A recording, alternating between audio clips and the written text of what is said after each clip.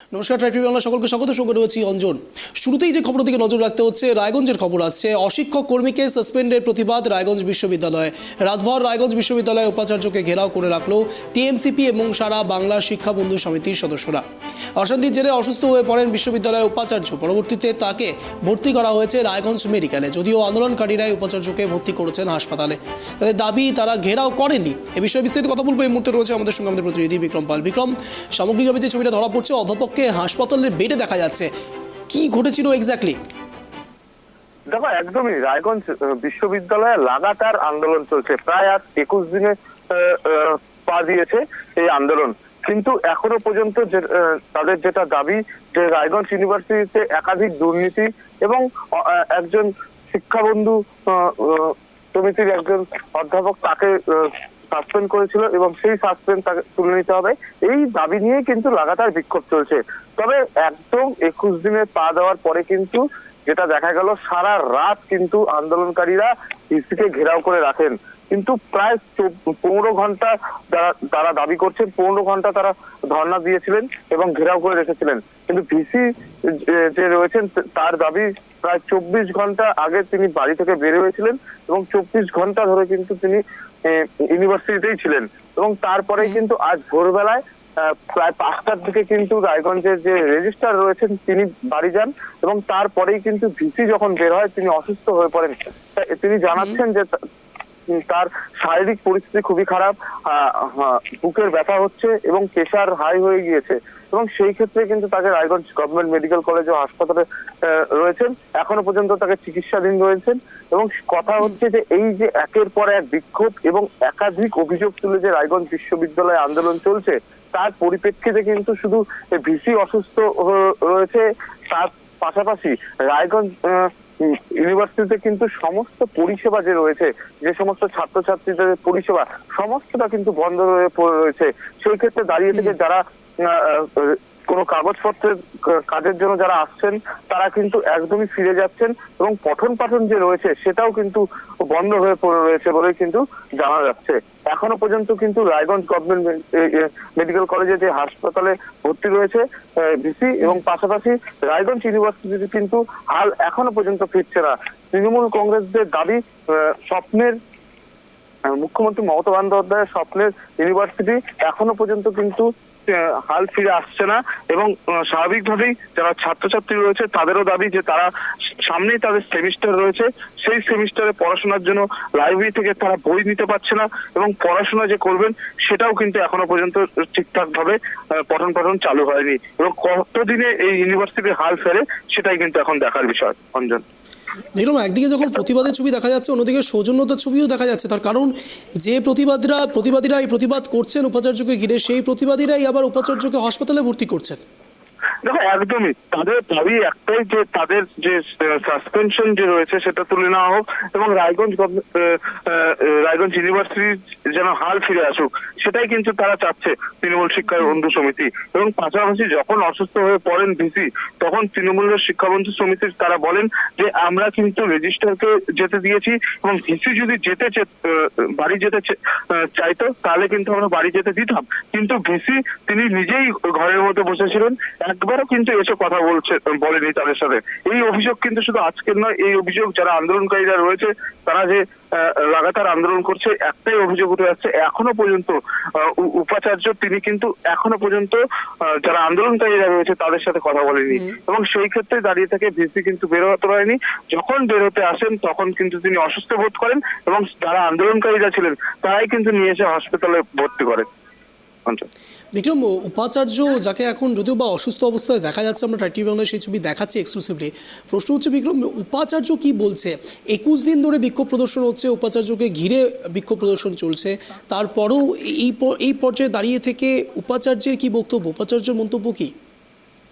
দেখো, উপাচার্যের বক্তব্য তিনি অসুস্থ বোধ করেন, তাকে বাড়ি যেতে দেওয়া হয়নি এবং সেই কারণে তিনি অসুস্থ বোধ করার পরেই কিন্তু তিনি হসপিটালে ভর্তি হয়েছেন, কারণ তার স্বাভাবিক পরিস্থিতি তিনি নিজে বোধ করছেন যে তার শারীরিক পরিস্থিতি খারাপ। কিন্তু যদি ইউনিভার্সিটির দিকে দাঁড়িয়ে থেকে যদি কথা হয়, আন্দোলনকারীদের ভিসির একটা দাবিতেই কিন্তু তিনি অনড় রয়েছেন এবং এখনো পর্যন্ত সেই দাবিতেই আছেন যে তার ইউনিভার্সিটির কর্তৃপক্ষ তিনি সমস্তটাই কিন্তু কর্তৃপক্ষকে জানিয়েছেন এবং শিক্ষা দপ্তরেও তিনি জানিয়েছেন সমস্ত বিষয়টি। এখনো পর্যন্ত তার কাছে কোনো রাজভবন থেকে এবং শিক্ষা ভবন থেকে এখনো আইনি কোনো ব্যবস্থা নেওয়ার কোনো কথা বলেনি। তবে এই আন্দোলন যদি আগামী দিনে চলে তাহলে কিন্তু রায়গঞ্জ ইউনিভার্সিটির ভিসি তিনি কিন্তু আইনানুগ ব্যবস্থা নেবে, কিন্তু এখনো পর্যন্ত তিনি দাবি করছেন যে তাদের আন্দোলন তুলে নিক এবং ইউনিভার্সিটির স্বাভাবিক পরিস্থিতি কিন্তু ফিরে আসার জন্য তিনি দাবি করছেন। কিন্তু আন্দোলনকারীদের বক্তব্য, এখনো পর্যন্ত ভিসি তাদের সাথে কথা বলেননি এবং কোনো আইনানুগ ব্যবস্থা নেওয়ার যে কথা বলছেন, কেন না আইনানুগ ব্যবস্থা নেবেন সেই বিষয়ে কিন্তু আবারও কিন্তু আন্দোলন লাগাতার চলছে। এখনো পর্যন্ত রায়গঞ্জ ইউনিভার্সিটিতে কিন্তু লাগাতার বিক্ষোভ চলছেন এবং ভিসির পদত্যাগের কিন্তু দাবি করছে শিক্ষা বন্ধু সমিতির কর্মীরা। এবারে বিক্রম, আমি যদি একটু ব্যাকে যাই স্টোরিতে, যে 2রা ডিসেম্বর আমরা ছবি দেখেছিলাম যেখানে 6জন নবনির্বাচিত বিধায়ক যারা উপনির্বাচনে জয়ী হয়েছেন তাদের শপথ গ্রহণ অনুষ্ঠানে সরাসরি রাজ্য বিধানসভায় রাজ্যপালকে দেখা গিয়েছিল, সিবি আনন্দ বোসকে দেখা গিয়েছিল এবং তাদের মধ্যে সৌজন্যতা সাক্ষাৎও হয়েছে, অর্থাৎ মমতা বন্দ্যোপাধ্যায়ের সঙ্গে রাজ্যপালের সৌজন্য সাক্ষাৎ এবং তার সঙ্গে সঙ্গে ব্রাত্য বসু শিক্ষামন্ত্রী তার সঙ্গে সৌজন্য সাক্ষাৎ, অর্থাৎ রাজ্য এবং রাজ্যপালের মধ্যে সংঘাতের চিত্রটা একটু বদলে গিয়েছিল। কিন্তু গ্রাউন্ড লেভেলে কি এখনও রাজ্যপাল সংঘাতের জের এটা দেখা গেল, যেখানে উপাচার্যকে ঘিরে উপাচার্যকে বলা হচ্ছে সাসপেন্ড করে দেওয়া হোক বা উপাচার্যকে সরিয়ে দেওয়া হোক, পদত্যাগের দাবি করছে, তাও আবার তৃণমূল কংগ্রেসের ছাত্র পরিষদের ছেলেরা। একদম পরিষ্কার, এই রায়গঞ্জ ইউনিভার্সিটিতে যে বিক্ষোভ চলছে একদম রায়গঞ্জ ইউনিভার্সিটির ভিতরে চলছে, আর একদম স্লোগান চলছে যে বিজেপি মনোনীত ভিসিকে পদত্যাগ করতে হবে এবং রায়গঞ্জ ইউনিভার্সিটির যে ভিসির রুম রয়েছে সেই রুম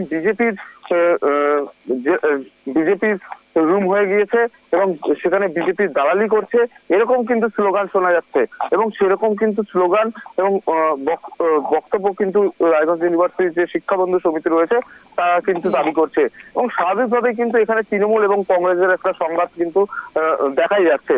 কারণ রায়গঞ্জ ইউনিভার্সিটির মধ্যে যেখানে শিক্ষার জন্য যারা আন্দোলন করছে তারাই কিন্তু বলছেন যে বিজেপির মনোনীত ভিসি এবং বিজেপির দালাল ভিসি বিজেপিকে কিন্তু তারা তুলছেন এবং ভিসি এবং বিজেপির সাথে যে একটা সংঘাত রয়েছে সেটা কিন্তু বোঝাই যাচ্ছে এবং স্বাভাবিকভাবেই কিন্তু এই যে তরজা তৃণমূল এবং বিজেপির, সেই তরজা নিয়ে কিন্তু সাধারণ যারা পড়াশোনা করতে আসছেন দূর দূরান্ত থেকে রায়গঞ্জ ইউনিভার্সিটিতে তারা কিন্তু হয়রানির শিকার হচ্ছে এবং স্বাভাবিকভাবেই এই বিক্ষোভ যতদিন না ওঠে স্বাভাবিকভাবে কিন্তু ছাত্রছাত্রীরা কিন্তু হয়রানির শিকার যেমনটা হচ্ছে, পঠন পাঠন কিন্তু একদমই বন্ধ হয়ে পড়ে রয়েছে। তবে এই বিক্রম, কার্যত সামগ্রিকভাবে বিশ্ববিদ্যালয়ের পঠন পাঠনের ভূমিকার দিক থেকে বিশ্ববিদ্যালয় একটু পিছিয়ে যাচ্ছে, তার কারণ তাদের এই রণক্ষেত্র পরিস্থিতি থেকে খুব স্বাভাবিকভাবেই সাধারণ ছাত্রছাত্রীরা তাদের পড়াশোনা কন্টিনিউ করাটা তাদের জন্য সত্যিই খুব কষ্টকর। আর এই পর্যায়ে দাঁড়িয়ে থেকে কি ছবি ধরা পড়ছে নেক্সট টাইম আমাদের নজর থাকছে। অনেক ধন্যবাদ তোমাকে বিক্রম। ভুল ব্যাখ্যা করা হচ্ছে, আমরা ঘেরাও করিনি, আমরা কালকে ওনাদের সিদ্ধান্তের জন্য অপেক্ষা করছিলাম, কিন্তু আমরা পাশাপাশি দেখলাম ভিসি স্যার সহ আরো 4-5 জন যারা আধিকারিক আছেন, আপনারা রেজিস্টার ওয়াইফকে জিজ্ঞেস করলে বুঝতে পারবেন, তারা ভিতরে তালা বন্ধ করে বসেছিল এবং সেখানে পুলিশ অফিসাররাও ছিল, তালা বন্ধ করে বসেছিল। ন্যাচারালি তারা সারা রাত ছিল, আমরাও সারা রাত ছিলাম, অথচ সকালবেলা রেজিস্টার স্যার বাড়ি গেলেন, আমরা বাড়ি যেতে দিলাম। ভিসি স্যার কখনোই বাড়ি যেতে চাননি এবং ভিসি স্যার যখন অসুস্থ বোধ করলেন তখন আমরাই আপনার 3টের সময় ডিএন মজুমদারকে ডাক্তারকে ডাকিয়ে নিয়ে এসে ওনাকে আমরা ওখানে চেম্বারে দেখালাম এবং 6টার সময় ওরকম ডাক্তার ডিএন মজুমদারকে দেখালাম। তারপরে যখন উনি আরো অসুস্থ বোধ করলেন তখন আমরাই উদ্যোগ নিয়ে এসে ওনাকে গাড়িতে বসে, আমরা ওনার পাশে বসে গাড়িতে বসে আমরাই প্রথম ওনাকে ভর্তি করি এবং উনি যথেষ্ট ভালো আছেন এবং আমি চাই উনি আরো ভালো সুস্থ হয়ে আমাদের সবার মধ্যে কাজে ফিরুন। বুকের সমস্যা হচ্ছিল, মাথার সমস্যা হচ্ছিল, মনে হচ্ছে প্রেশারটা আপ ডাউন করছে, উনি জানলাম যে না ভর্তি হতে হবে। কারা ভর্তি করলো? কালকে আমার টিচিং নন টিচিং সবাই এসছে। হ্যাঁ, এবং কালকে যেহেতু 10:15 এসছি সকালে, প্রায় 24 ঘন্টা হয়ে গেল, ফলে শরীরের দিক থেকে একটা অবনতি দেখা দিয়েছে এবং রাত্রি বুঝতে পেরেছি যে প্রেশারটা আপ ডাউন করছে এবং আজকে সকালে একটু খুবই মাথাটা ঘুরছে। আমি বুঝলাম যে হসপিটাল ছাড়া ওর উপায় নেই, এই বললাম যে হসপিটাল তারা নিয়ে এলো। অমিত স্যার কি জন্য এরকম ধরনের ঘেরাও করছেন? কি জন্য এত সপ্তাহ বলা যাবে না, শারীরিক একটা সমস্যা তৈরি হয়ে গেছে। কালকে থেকে আমি বসে আছি। আপনার এই গোটা রাতে কি ইউনিভার্সিটিতেই ছিলেন কাল? হ্যাঁ, ওরাতেই ইউনিভার্সিটি। মানে এই আপনাকে কি ঘেরাও কর্মসূচিতে? কালকে নানা রকম বিষয় ছিল, তো কালকে শরীরটা খুবই খারাপ হয়ে গেছে। আমি ওখানেই শুয়েছিলাম, মানে ইউনিভার্সিটিতে? ইউনিভার্সিটিতে আমার রুমেই শুয়েছিলাম। 4টা থেকে দেখলাম যে অনেক সমস্যা তৈরি হয়ে গেছে।